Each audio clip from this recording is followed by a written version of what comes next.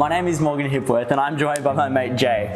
And today we're making a meal to remember with Australian eggs. I'll be making my cookie dream cake, which is a 3-layered vanilla cake that's actually cooked in the microwave. Now by cooking in the microwave, it takes about a quarter of the time than your normal cake. Then it's sandwiched together with a cookie dough frosting, topped with a chocolate ganache, and then finally cookie crumbs. You can't get much better than that. What do you reckon? You had me at cake. Let's get straight into it. First step on making my cookie dream cake is to grab all of our dry ingredients and combine them in a bowl. Do you want to do the honors? Yeah. So we've got our flour here, sugar, brown sugar, baking powder, soda, and salt. Combine them all. Now, how about, do you have any like special memories growing up, like cooking with family or friends, things like that? I'm like 22 years old and my grandparents still cook for me every single day. And it's always desserts. Every single day they make desserts. What's your favourite dessert that they make? Look at mothers. Look at mothers. Easily. Is it with the traditional honey and then walnuts? Honey, walnuts, cinnamon. Oh, it's the best. But I've heard similar, like when I was quite young, I used to go over to my great grandma's house and it was quite funny. I used to go over all the time and she had this cinnamon tea cake that she always had at her place and it was my absolute favourite. But it's quite funny, it's not until she actually passed away and I used to make it in the kitchen with my grandma, she would tell me that it was actually a packet mix cake and that my Nana Leo didn't actually make it herself. It was all done through a packet mix. So damn, my great grandma actually lied to me all those years growing up. But I'll tell you what, I still have very fond memories of cooking the real version. Once I absolutely demanded it needed to be from scratch. So my grandma and I came up with a special recipe to make it even nicer. It's really nice. Yeah. Now we've got all our dry ingredients combined. We need to make a well into the center and we're going to add all of our wet ingredients. Nice.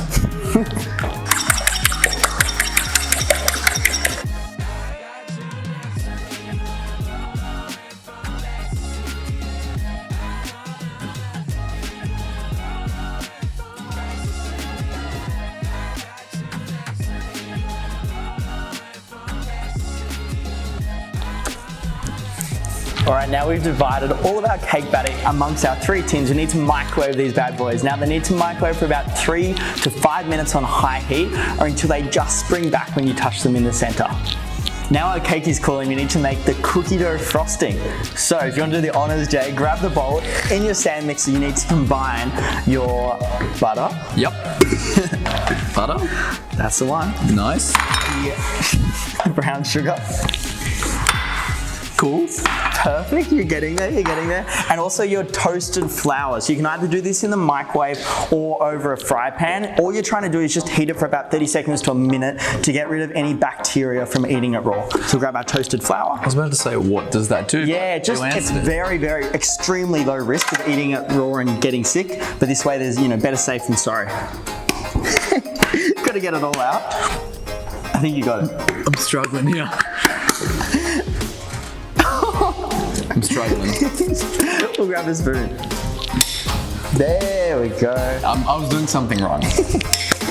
Perfect. Now we need to chuck that in our stand mixer and give it a good beat. Now we need to add our vanilla extract, chocolate chips, and milk.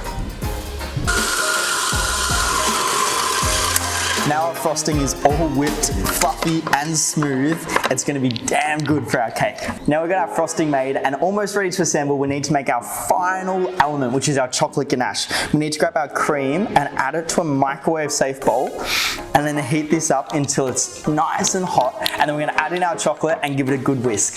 So we've got our cakes made and cooled, frosting made and ganache made. What are we going to do now? It's time to assemble. All right, let's get it done. So we started with our base layer of one of our cakes, then we need to chuck on some of our cookie dough frosting. You want to use about 1/3 of it. Don't go crazy because of course we still need the next 2 layers.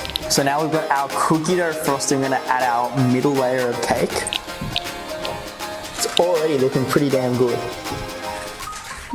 Tastes good too. That's what we like, that's what we like. So Morgan, as you know from the many times we've cooked together, I'm not the greatest.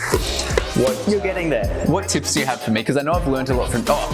not to put metal things in the microwave. That's probably the number one thing I've learned. That's more of a like safety, don't burn the house down kind of thing more than anything. I think for me, to anyone trying to begin to cook or starting to cook, my main piece of advice I can give you is don't be scared of making mistakes, because I've made countless mistakes in the kitchen, and the only way you get better at anything, but especially cooking, is honestly practice. So, you know, you told me, oh my gosh, I put this in the microwave and it started sparking. Yep. You now know you don't put that in the microwave anymore, do you? I didn't realize that before.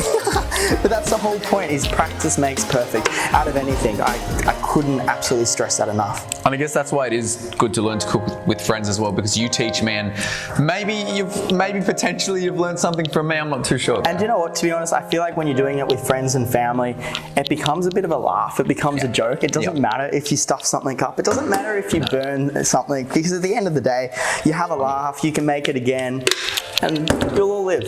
And it's a story. It's a good Exactly, story. it's a good story. Between family and friends. Now look at this cake. It's looking damn good. We're ready for that final layer. It's tasting even better than it Good. looks. All right, we've got that final layer. Woo. Look at that. Now we've got our cake fully layered. Just look at this thing. Looks pretty damn good already, and we haven't even put the topping on it yet. So we've got our chocolate ganache. The ganache is you being The ganache. The ganache. So we grab our chocolate ganache, and we need to gently spoon it on top. That's good. That's good. That's the good stuff. Of course. Now finally, after you've put that ganache on, we need to top it with your favorite chocolate biscuit. Now I'll tell you what, this is a meal to remember, that's for sure. What do we reckon, 100% agree? It's awesome. Now if you want to check out more meals to remember with your family and friends, head to australianeggs.org.au/meal to remember. Woo!